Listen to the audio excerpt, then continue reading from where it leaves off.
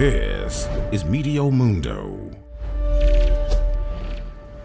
Hi friends, Rusty back here with your latest Meteo Mundo forecast. Thanks so much for tuning in. Back here on this very late Monday night, early Tuesday morning, kind of with a special forecast update.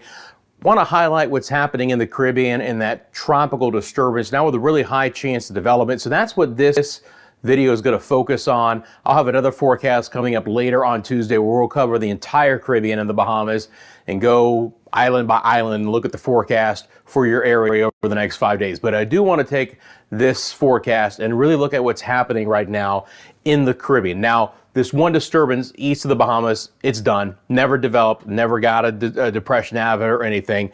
But you notice that we have red now in the Caribbean. And there's a high chance of a tropical depression at least forming in the next couple of days, if not even a tropical storm as we go through the week. So I do want to focus on what's going to be happening there. And as I do zoom in, if you guys could do me a quick favor, it really helps out the channel. Just hit that like button. Thank you very much. I appreciate your support.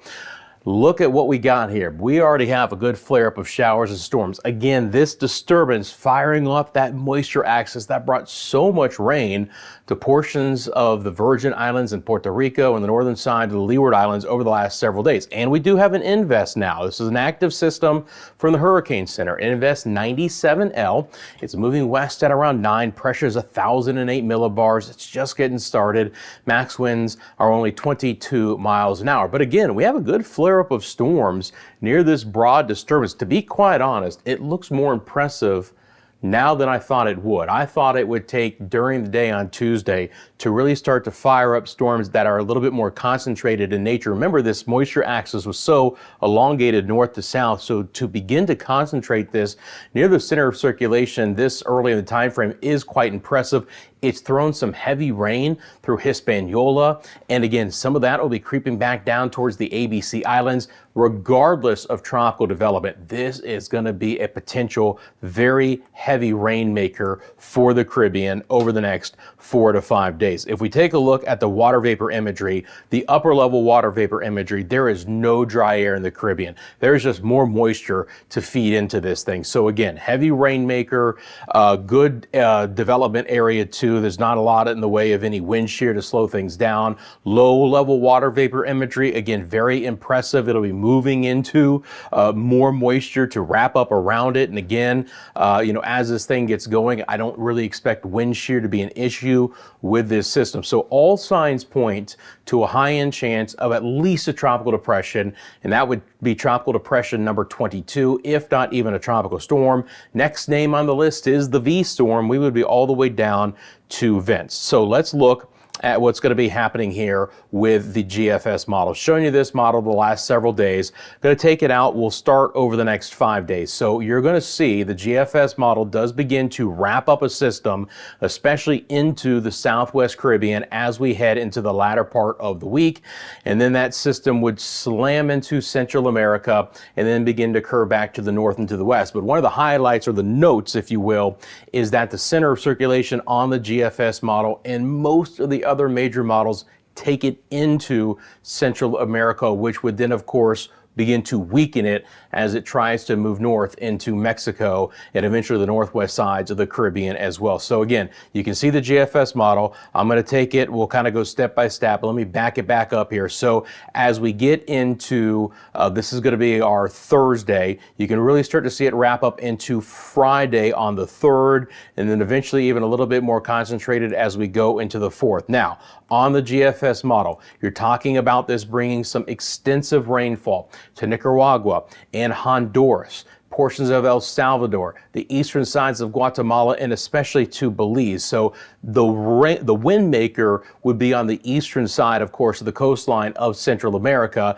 and then that rain could be moving across the entire area here. You get as far west as Managua and Tegucigalpa, you're not too worried about the wind out of this system, but then for places like San Pedro Sula, they're on the northern sides of Honduras, and then Belize City, certainly on the coastline, the opportunity that there could be some wind concerns out of this one as well. And then we'll talk about Mexico and the Cancun, Cozumel area coming up here in just a second. Let's take a look at the wind profile as well on the GFS model here. Going to throw that into motion. Now we have this system just sitting off of the coastline right now on the western side of Central America. That's going to cause some issues there, but eventually that will pull off towards the west, and then we'll be looking at TD22 / what could be vents here coming up, and you'll see it on the model. Now the GFS model, as I show you this run, is weaker compared to the one in the forecast video that I had earlier today. That's a great sign. It's more in line with the strength of the European model. This one was wrapped up stronger, high-end tropical storm, if not even higher on the GFS model earlier today. Now this one is much more in line here. When I pause this and as we go into the time, you're going to start to see some reds and some pinks. This would certainly be tropical storm status. Now again, on this is wind gust, not sustained winds, but certainly near that core we would have tropical storm winds on the GFS model. And again, you can see those core winds going right into places like Nicaragua and Honduras, and then kind of swinging up to the north and to the west through portions of El Salvador and Guatemala and Belize, and eventually into Mexico. And like I said, I'll show you the extended GFS model here in just a second. So you get the idea of what's happening with the GFS over the next 5 days in its travels basically due west across the Caribbean. Let me show you the NAM model here. Again, this is for comparison's sake. We'll start with the wind profile, why not? And we'll take you out as far as the NAM here will let me on this, but you'll start to see again a very broad system that doesn't really organize very quickly. It's just going to be a really moisture-laden system. But again, the models sometimes don't have a good handle on how quickly these storms could wrap up when the sea surface temperatures are so warm. But I want you to notice that the NAM model, even as we get towards Friday, still really hasn't wrapped up a center of circulation. That's even better news. Now there's going to be a lot of breezy conditions and a lot of rainfall with this, but again, the NAM model not as impressive overall, at least through Friday, and we'll see how it holds up as we get into the weekend as well. So this is the NAM model again, and again zooming in just a little bit. Now as we get through midweek, look at all the heavier rain for Aruba, Bonaire, and Curacao, moving towards Kingston, moving towards the rest of Jamaica and the Cayman Islands. It's going to be an exceptionally wet time frame, and some of this rain will even be falling over places like Hispaniola. It'll be a little bit drier for Puerto Rico and the rest of the Lesser Antilles as this all moves off towards the west. But again, NAM model certainly looks to be more disorganized. All right, let's go back to the GFS and look at the rainfall totals potentially over the next 5 days. So again, I'm going to switch over here, and I'm just going to actually do a single frame with this. Now, you know what? Let's loop it. Why not? Let's have some fun. That way you can kind of see how this fills in so quickly for us here. So I'm going to take this out, excuse me, over a 5-day period. And again, this is the GFS model, and you're just going to see, watch this. I'm going to give you a nice broad perspective to show here. You can just see that basically anywhere as this disturbance begins to move through, that we're just going to pick up a lot of rain. All right. So one of the concerns that I will be following through the week is the potential for some flooding in places like Hispaniola and the ABC Islands and maybe Jamaica and the Cayman Islands. It's not a guarantee. It is not a guarantee, but there is that possibility with some heavier rain from time to time. And then as we get into Friday and Saturday, the amount of rain it could bring the eastern sides of Central America as it moves on shore, if that ends up being its track. But again, these are extremely impressive rainfall totals here. Just to give you this wide shot, and I'm going to go back out all the way out through the next 5 days. And again, I can kind of query these points. You can see that near Aruba, again, not maybe over the island, but near Aruba, maybe 7+ inches of rain. Now again, that's kind of a bullseye. But you can just, if you take kind of the average, even around this area, 3, 4, 5 inches of rain, Bonaire around 5. Here's the bottom line for the ABC Islands. You've got some wet weather coming in starting later today on this Tuesday through Wednesday and Thursday at least, and we could have some very heavy downpours that go along with it. Maybe not as prolonged of a rain up in Hispaniola, where the rainfall totals are more like 2-3 inches, but again, high elevations there. We always have to watch out for mudslides for that. And again, that moisture axis, if you will, really just goes right through the open waters of the Caribbean, okay? Maybe hitting the ABC Islands. When you get to our friends in Kingston and Negril and Montego Bay and Port Moore and Spanish Town, again, we'll be watching that rain for you. May not be as significant. Now, the very interesting thing is, look, again, the model shows 2 inches in Kingston, but just offshore 5 or 6.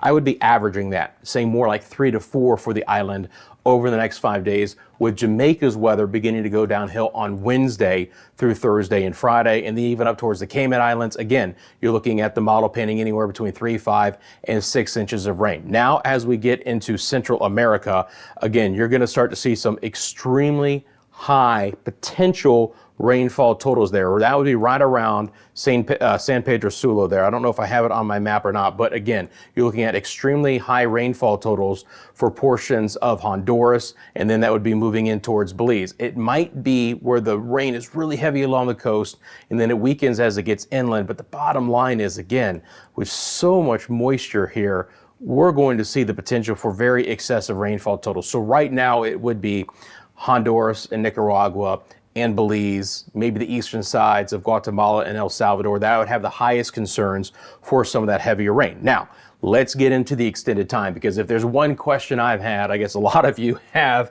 vacation plans to the Yucatan, to Cancun, Playa del Carmen, Cozumel, places like that over next weekend into next week. So let's take this out. I'm going to go back to the precipitation reflectivity product here. So I'm going to take this out. We're going to go a full, basically 2 weeks, okay? Go out to the 7th here. So I'm going to put this into motion. Excuse me, not the 7th. I don't want to go out to the 7th. I want to go out to the 11th.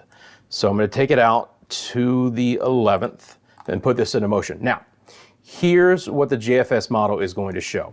Again, with it moving inland, we would weaken the system wind-wise very significantly. It would then lift basically north and west through the remainder of Central America and into the Yucatan. I would expect, based on the GFS model, that we would have a very wet weekend ahead for the Yucatan Peninsula, including Cancun and Cozumel, but this should be a fairly fast-moving system. Southwest winds, if you notice on this last loop here, southwest winds pick it up and should pull this moisture back north and east through Cuba, the Florida Straits, maybe even to southern Florida and portions of the Bahamas. Now, there might be more showers sitting offshore, but if I zoom into the Yucatan, and we just take a look here, and I'm just going to pause it, and we're going to go day by day because so many of you asked me this question. So again, as we get into the weekend, the 5th to 6th, you can see that rain developing. But as we get into early next week, watch that rain kind of break apart. Is it going to be completely dry on the GFS model? No, not completely dry. But does the bulk of the moisture move away? Yes. Okay. Now again, unless it was a life-threatening situation, I would never tell you to change or alter your travel plans. That is entirely up to you because everyone's different. Can you tolerate some rain? You know, can you tolerate what could be a wet weekend and then it drying out? Are some of your plans more indoors than others? That's all going to be person specific. I'm absolutely happy to give you the forecast. But again, unless it's a life-threatening situation with a hurricane and something dire, you know, that's up to you guys if you want to change those plans. And of course, obviously some of the cruises will potentially alter their travel based on some of this weather as well. But that's so far down the line. That is too far in time to tell. I can show you the winds and we'll take a look at this. And again, you just get an idea that once the system moves on shore, that we really begin to lose a lot of the wind profile with this as well, which of course is good news. Now, I would have heavy concerns or high concerns, if you will, for the Central America area. But then as we get into time here, the 6th to 7th, you notice there's a broad circulation, but the winds are not nearly as strong. Now, there could be some fresh breezes along the coast, but are we talking about, you know, a tropical storm sitting over the Yucatan at this time frame? The answer would be no, at least on the GFS. I can show you, by the way, real quickly, the European model. And this was the same model I showed in the earlier forecast from our Monday. The European model, this is the newest run. It is basically the same as what it was 12 hours ago, and that is taking a fairly weak system, more than likely of a tropical depression strength, right into Nicaragua and Honduras as we get into Friday and Saturday. There is only one member of the 50 members of the European model that actually make it stronger and kind of keeps it offshore. And that would be the case. You would have to have the center of circulation stay off of Central America to have a stronger storm heading towards the Yucatan. But at this point in time, we can kind of discount that at least a little bit as well. All right, friends, so that's the latest that I've got for you right now regarding what's happening in the Caribbean. We'll monitor the situation very closely. Again, I'll have a full video coming up on what I expect across the Caribbean and the Bahamas for the remainder of the week. Again, thank you so much for liking the video. If you haven't subscribed and you want these updated forecasts in a timely manner, please hit that subscribe button. Remember, we live stream as well. So this radar system here, and I'll go back and show you, this radar system that we've got going is basically streaming nearly 24/7 if you go under the live tab. And again, you'll see all of this in the tracks update, the satellite, the radar updates live, same thing with real-time live temperatures as well. So make sure you do that.